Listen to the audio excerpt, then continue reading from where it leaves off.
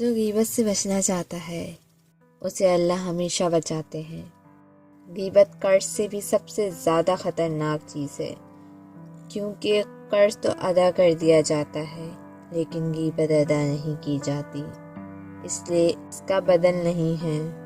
غیبت کرنے والے کا انجام وہ کہے گا کہ میری فلاں نیکی کہاں گئی جو میں نے کی تھی، اور اللہ کہے گا کہ تو نے سب غیبت میں ضائع کر دی۔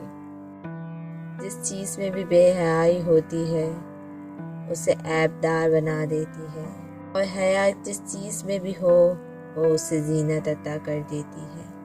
مسلمان، تم جانتے ہو کہ غیبت کس کا نام ہے؟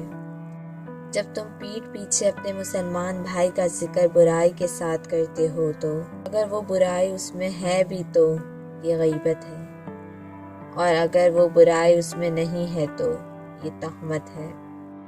غیبت کی تباہ کاریاں۔ غیبت کا کفارہ یہ ہے کہ جس کی بھی تم نے غیبت کی ہے اس کے لیے تم مغفرت طلب کرو۔ جو تمہاری غیبت کرتا ہے وہ تمہیں فائدہ پہنچاتا ہے، کیونکہ جب وہ تمہاری غیبت کرتا ہے اس کے تمام اچھے اعمال تمہارے نام اعمال میں درج کر دیے جاتے ہیں۔ ہر غیبت کرنے والے، طعنہ دینے والے کے لیے ہلاکت ہے۔ جب کانوں کو غیبت سننے کی لت لگ جائے تو چغلیاں زبان کا چسکارا بن جاتی ہیں اور کنا دل کا سکون۔